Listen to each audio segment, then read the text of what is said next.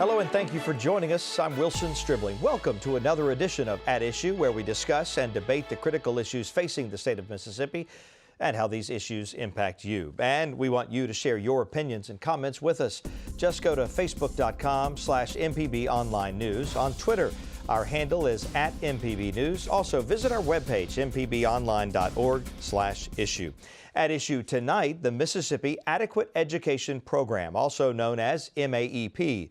Its purpose is to give all children an adequate education regardless of where they live. 20 years ago, the state legislature established the complex funding formula to allocate taxpayer dollars to school districts. One factor in the amount of money school districts receive each year is base student cost. State law says it's calculated by the average costs in 4 areas: administration, instruction, operation and maintenance, and ancillary support. This year, the base student cost is approximately $5,300. It is recalculated every 4 years. The next adjustment will be for fiscal year 2019. School districts will get $2.2 billion in funding for the current school year, but that's still $172 million short of full funding under the MAEP formula. State Republican leadership says more tax money should go to classrooms and not administration. So they are moving forward with plans to determine how to improve and modernize MAEP. Lieutenant Governor Tate Reeves and House Speaker Philip Gunn announced that the education consulting firm EdBuild will analyze the funding formula and make recommendations. We have made it no secret that we want money going into the classroom. We have been fighting hard to see that the teachers have what they need to instruct our children. We are working hard to make sure that the children have what they need to get a good education. Lieutenant Governor Tate Reeves had this to say, quote, "In an area of apps and iPads, Mississippi students deserve school funding based on their classroom needs rather than inflated administrative offices," end quote. We spoke with Democratic State Senator David Blunt and Republican Senate President Pro Tem Terry Burton about a possible overhaul of MAEP. Well, I think it's a wonderful idea. I've been here 25 years. I was here when MAEP was first established. We looked at it maybe 12 years ago, I think, and a company came in and did some work with us on that. We didn't do any changes at that time, just didn't seem like the right time, but the formula's 20 years old. A lot has changed. We've got fewer school districts than we did because of consolidation. So I think it's a good idea to take a good look at the formula, make sure that the money's getting where it's supposed to go, and we can get more money into the classroom. It's a great idea. I think any time is a good time to take a look, and when you have a group like this who has some successes and has the ability to be nonpartisan, non-judgmental, come in and take a third-party view of what we're doing without any interest in what we're doing, then I think it's a great idea to do that. And now is the time to do that because we have some funding challenges. We want to make sure that the amount that gets into the classroom is the most we can do. Well, the MAEP is a good formula, and we really ought to fund it. But since leadership has decided not to do that, if we need to look at it, I think anything can be improved. MAEP can be improved, but if it's an effort to reduce funding for education, to not do what we need to do for education, then I'm going to be opposed to it. But if it's an honest effort and we can look for things to improve, then I'm all ears. We have a good formula. It's a sound formula. It's based on fairness. We ought to fund it. But if there's a new idea out there, I think it's too early to tell, but people need to be watching it carefully because obviously it's critically important. Now, there needs to be public input into this. There needs to be public scrutiny. There needs to be meetings. We need to hear from teachers. We need to hear from parents. All of that has to be part of this process. If it's not a legitimate process. So again, I'm open to working with any group, but the public has to be involved. It has to be a transparent process. Teachers have to be involved. Administrators have to be involved. Parents. If that's the way it's going to work and it's going to all be done out in the open and we can improve the process, great. EdBuild, the firm hired to take a look at MAEP, has also worked in the states of Connecticut and Georgia. MPB's Paul Boger talked with the firm's CEO, Rebecca Sibilia, for Mississippi Edition on MPB Think Radio. And Paul joins us now to talk more about that conversation. Paul, good to have you with us. What exactly is EdBuild? So EdBuild is this New Jersey-based nonprofit that is going into states and looking just at their education funding formulas, education funding laws, and trying to help these states determine what are some of the best practices to really make sure that states are spending their money equitably and efficiently. At least that's what they say. You know, like you said, I spoke to Rebecca Sibilia just a couple days ago, and I asked her a little bit about, you know, why them, why now? You know, why look at MAEP right now? The first general thought is that it probably is time to revisit it. Definitely given kind of the last year of the major revamp, which was 1997. So we're encouraged that the state is willing to take on a revisit. One of the other things that we would just note kind of from our national perspective is that there are about 37 states that are funding schools primarily based on the needs of students. Mississippi is not one of those states, and will be encouraging the legislature to think about moving to a student-focused model. And then, you know, the third is just that there are some kind of key areas that Mississippi's current funding formula do not address, specifically English language learners and kind of a tiered weighting for special education based on the diagnosis of children. Those are kind of our very broad and first glimpse observations, but obviously there's a whole lot of work to do. So in that bite, you know, she was talking a little bit about that student-focused model of making sure that programs like gifted, special needs, stuff like that, make sure they get the funding they need. You know, I asked her a little bit about how that process would work. So she said that they're going to be looking over it the next 2 months, and you know, it's going to be a pretty thorough process. So there's kind of two paths that we usually take. The first is to run some data to get a diagnostic view of what's happening in Mississippi. So whether or not the policies on the books actually produce the intended outcome in terms of equitable funding, in terms of adequate funding, et cetera. And then there's kind of a step back and engagement of stakeholders. We want to hear from folks on the ground to understand what their core concerns are related to the way that schools are funded and what their core principles are and priorities are moving forward. We take that to kind of narrow in on the areas that we really want to focus on in terms of analysis. And we'll start running some basic kind of simulations on what those numbers could actually look like. At the same time, we compare Mississippi to all other 50 states, particularly in the areas of focus that have been identified by stakeholders. And so we'll pull out some best practices from other states, run those as numbers for Mississippi, and then adjust kind of based on the specific needs for Mississippi. Those will all be presented to the legislature in a report, and then we continue to be available as the process unfolds throughout the course of early next year. You know, and that's something that we're definitely going to look at over the coming months is those public hearings, seeing what they're trying, the information that they're going to be looking at. Well, there's been some criticism that this group has an agenda and that the people who hired this group certainly have an agenda. Did she speak to that? She did a little bit, and she said that was a fair question. You know, like you said, people are worried that this is going to be used to funnel money towards charter schools, towards vouchers. Here's what she said. We're focused on making sure that every student in the state has the chance to attend a well-funded school and get a great education. So we focus on funding issues, not governance issues, because we really believe that funding is the lever for change.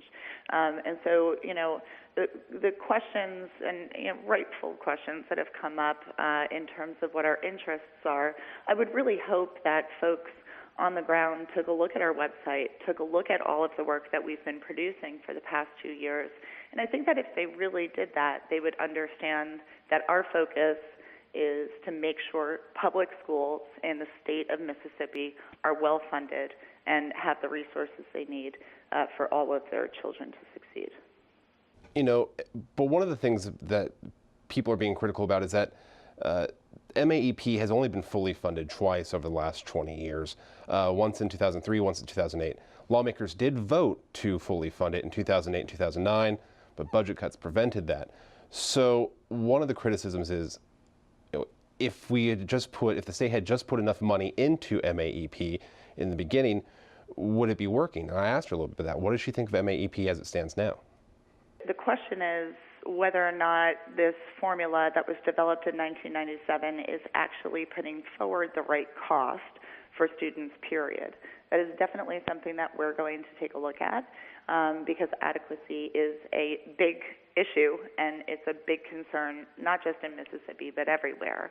So I really think that there are kind of two levels of what we're going to be looking at. The first is obviously whether or not there's enough money in the system. And the second is, of the money that is in the system, how are those funds being distributed in terms of which students are being prioritized? So do the equity provisions, for instance, in MAEP still make sense, or do they need to be strengthened? Are we providing enough money for special education students, particularly those with more dramatic needs? Those are the kinds of things that we also think are very important. It's not just the question of how much money is in the system, but of the money that's in the system, which students are being prioritized.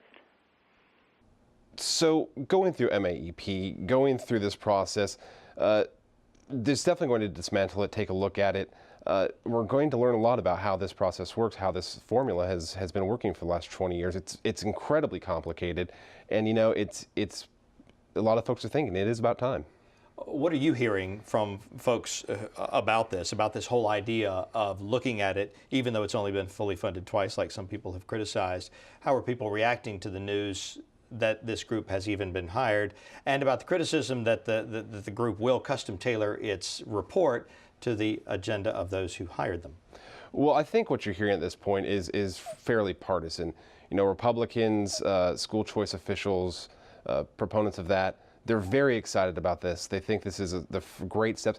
And surprisingly, you're hearing that support for this from Democrats as well. A lot of folks are saying, Alice Clark, she's a Democratic representative from Jackson, she said, maybe it is about time we look at this and take it apart, because we don't know where we're going until we know where we are. We have a Republican-led legislature.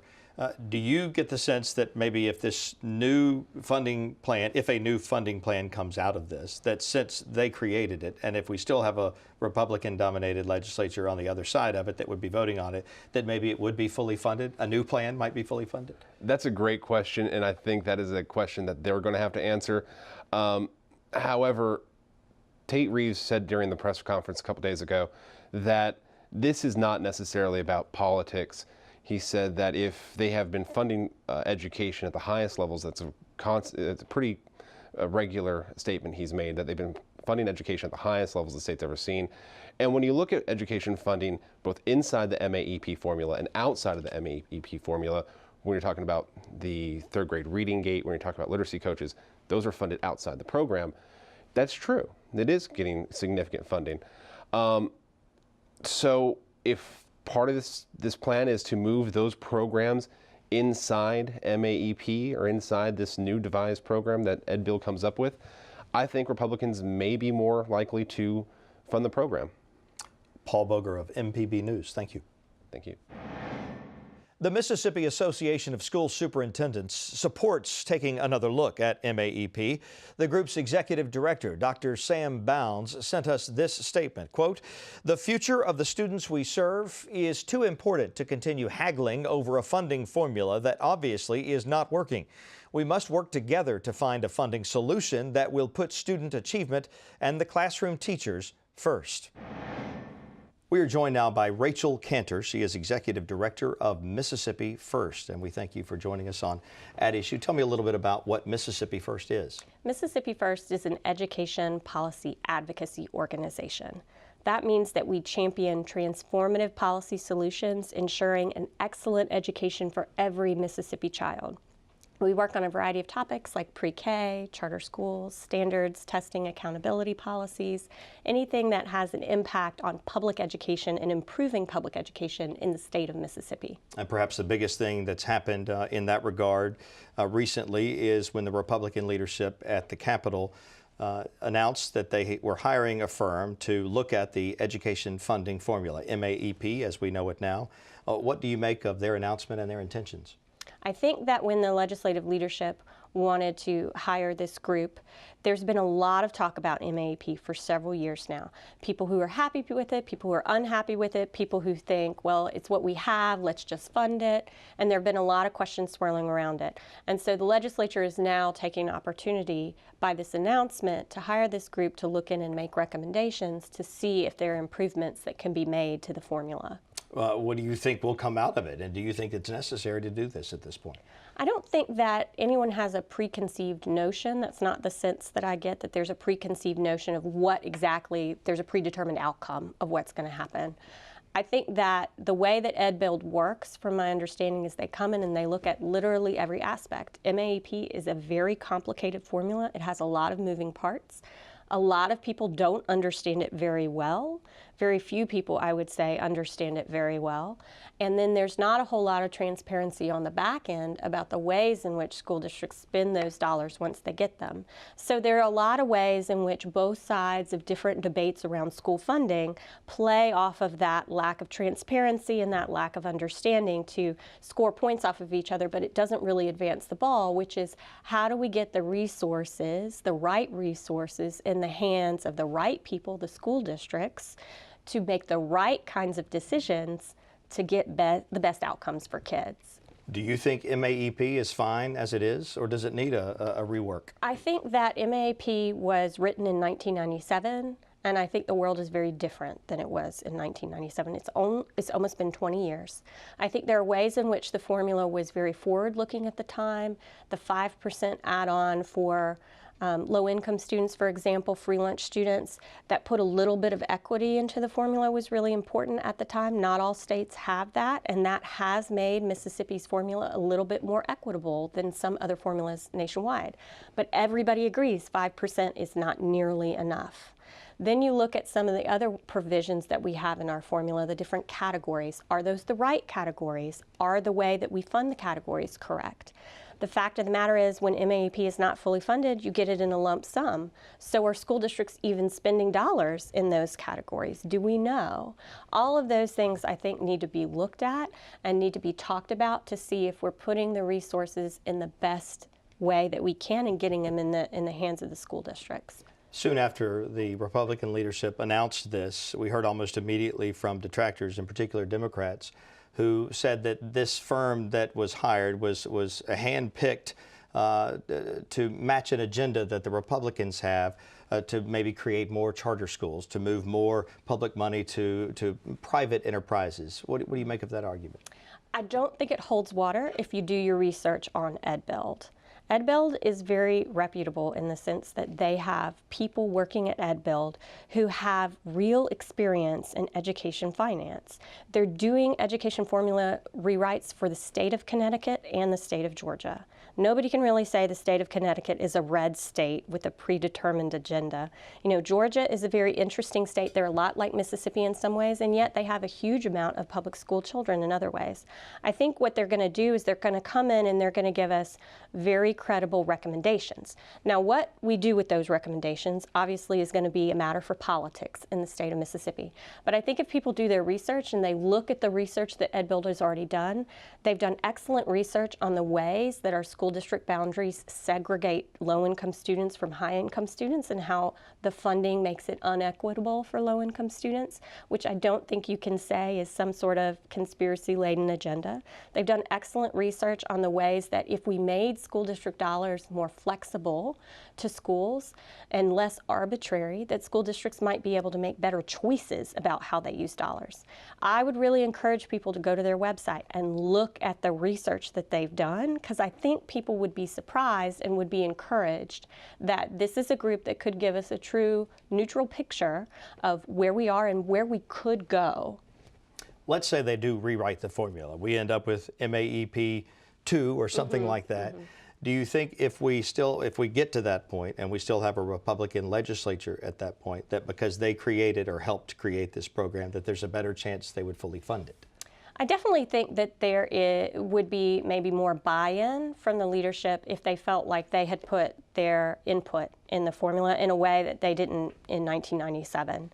I also think that what I hope is that a lot of the overheated rhetoric and a lot of the toxicity that has seeped into our education funding conversation statewide that this could be an opportunity for there to be some healing and some bridge building and some maybe people coming together around what can we agree on, and can we agree on these principles, and then can we move forward and fund it? Because ultimately, this conversation is not about winners and losers in the state capitol. This conversation is about, are we getting dollars to children so that children can learn? Rachel Cantor, Executive Director of Mississippi First. Thank you. Joining us now is Joyce Helmick. She is the president of the Mississippi Association of Educators. Joyce, thank you for joining us on At Issue. Tell us what the Mississippi Association of Educators, MAE, what is it? Mississippi Association of Educators is a professional organization. We have members all across the state. We work for professional development, for advocacy for our teachers and our students, and it's just a wonderful group of teachers who use their voice. And you yourself were a teacher for many years, were you not? I was a teacher for 37 years in public schools in Mississippi, and I have been president of MAE for 3 years. What is MAE's position on reworking the Mississippi Adequate Education Program? First of all, we think the Mississippi Adequate Education Program is a student-based program, and it was developed in 1997 by lawmakers, education professionals, and stakeholders. It was also reviewed in 2005. The problem with it is that it's not been funded but 2 times since its inception. So we think it's a good formula, but it's not been funded, so we cannot make sure. We're not sure that it works or not. So you would not be in favor of reworking a formula because it's not truly been tested? Right. It's been worked on by professionals, and according to them, it works. But we don't know because it's not been fully funded. What do you know about this outfit that's been hired to look at it, EdBuild? The CEO is on record for talking about the bankruptcy of schools.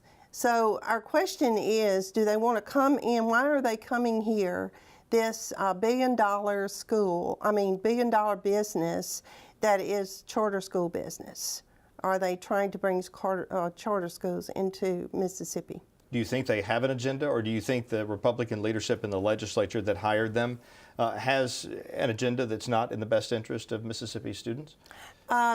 We think that they are, yes, we do. We think that they are coming here to look at our schools to possibly expand the charter schools. The formula that we have works. I mean, we know that we have a good formula for our students. It has not been funded. So the responsibility of our lawmakers is to ensure that all of our students have proper funding so that they can all be successful no matter where they are. We have a funding crisis in our state, and if our viewers want to look at that funding crisis, they can go to maetoday.org/funding crisis, and they can actually look at how their district has been affected by this funding crisis. Aside from fully funding the existing MAEP formula, what would you recommend that the governor, that lawmakers do to correct the education problems in our state? In my term as president of the Mississippi Association of Educators, I have traveled from north to south and east and west, and I have been in many, many schools in our state. I have been in high-performing districts, and I've been in low-performing districts. I want to invite our governor and our other leaders to come with me so that I can show them these high-performing districts and these high-performing schools and what is working in those schools. And then I want to take them to the low-performing schools, and I want to let them see that what we need in those schools is the resources. And the only way to get those resources is to fund our schools so that all the students in the low-performing districts can have the same resources and the same advantages that our high-performing school districts have. Now that EdBuild has been hired and will be looking at the formula and making recommendations to the legislature, what's your prediction on what the outcome of all of that is going to be? First of all, I don't want EdBuild to come in and make any decisions about our state and our students. We need to solve our problems ourselves, and we could do that if we looked at the issues. I am very concerned that this billion-dollar company that is a charter school company is coming in to dump more charter schools into our state instead of giving us the chance to solve our problems and to fix our public schools and make them successful for every child in this state. Joyce Helmick, President of the Mississippi Association of Educators, thank you. Thank you. For more information on the Mississippi Adequate Education Program, go to our website, mpbonline.org/issue. You can find the full-length interviews we conducted with guests on this program, as well as additional information and links. But for now, that's all the time we have. We invite you to join us for another edition of At Issue next week. Good night.